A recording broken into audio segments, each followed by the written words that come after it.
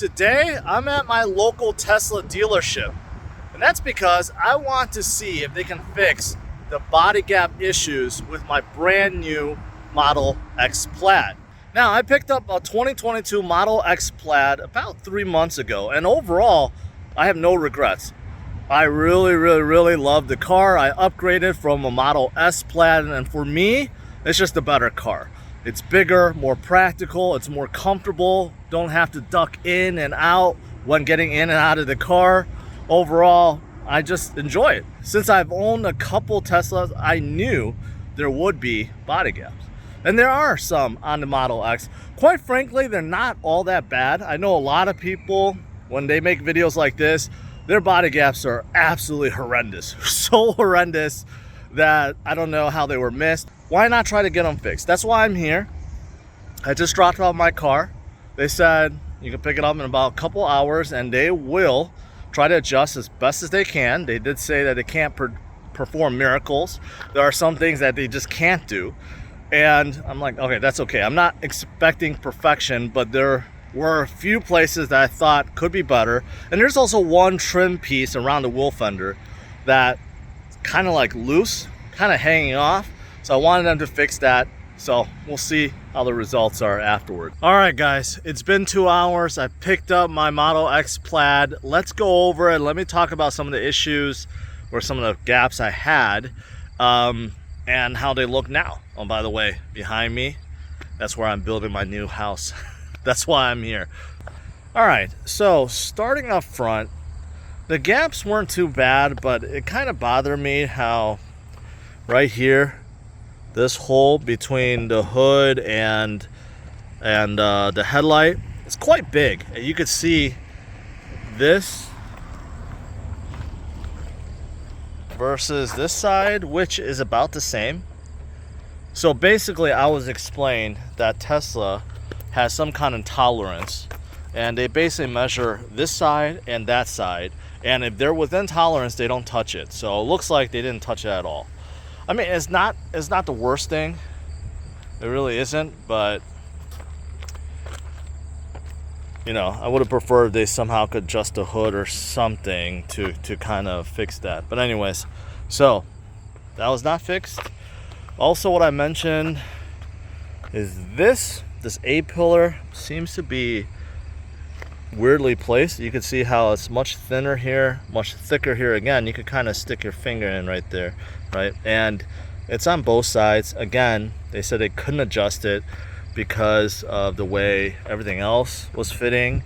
Like if they adjusted it, then this may have been too small, right? And there's just honestly just a lot of excuses. It seemed like they were not ready to adjust this, because if you adjust one thing, a lot of things change. So honestly, that's how it turned out. So that was not fixed. What else did I mention? This was fixed finally. It was kind of loose, hanging off, and even after they fixed it, it was still not that good. So I told them to kind of look at it again, and they replaced the whole piece. So at least that's good. Back here, a couple of things. It's hard to see, but you can see right here how this is not perfectly aligned, right? So you can see how that's off a little bit. They did adjust that, but even with adjustment, it's not perfect. On this side, it is, right? So you can see this is flush right there, but not on that side. Again, they said that if they adjust this, the Falcon door will be off or something to it, and you know, the panel, if you look at it like this is flush, but this is not flush, and you rather have this flush. I mean, he was trying to explain a whole bunch of stuff to me. You know, what else can I say, right? Other things are okay within range, but honestly, I had them look at it for 2 hours, and really not much was actually touched at all. So like I said at the beginning of the video, I knew I had body gaps, but they weren't that bad, especially compared to some of the other people's videos showcasing their body gaps, and some were just really off, right? So my Model X, actually, all things considering, isn't that bad. But I thought I'd give it a shot. I thought I'd just, you know, go ahead and just bring it to the service center and see if they can fix it.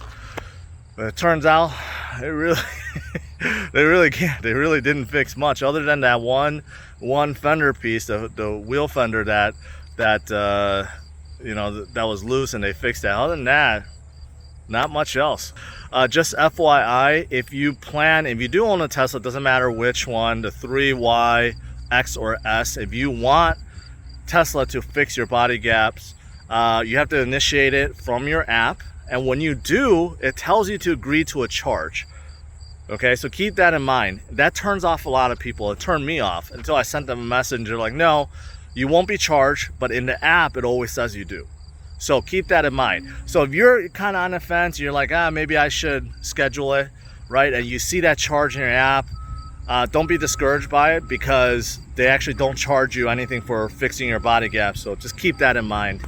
Tesla is still not up to par with the other manufacturers, especially the luxury manufacturers. The fit and finish, the quality is quite not there. But I will say I had a loaner. I got a Model X P90D. So that's 5-6 years old. And man, the Plaid interior blows away that interior. So they have come a long way. Tesla has come a long way, but still really behind in terms of fit and finish and quality versus the other manufacturers. They'll get there eventually, but not today. So thanks for watching. Hopefully you got something out of this. Smash the like, subscribe to the channel, and I'll see you guys later. Bye-bye.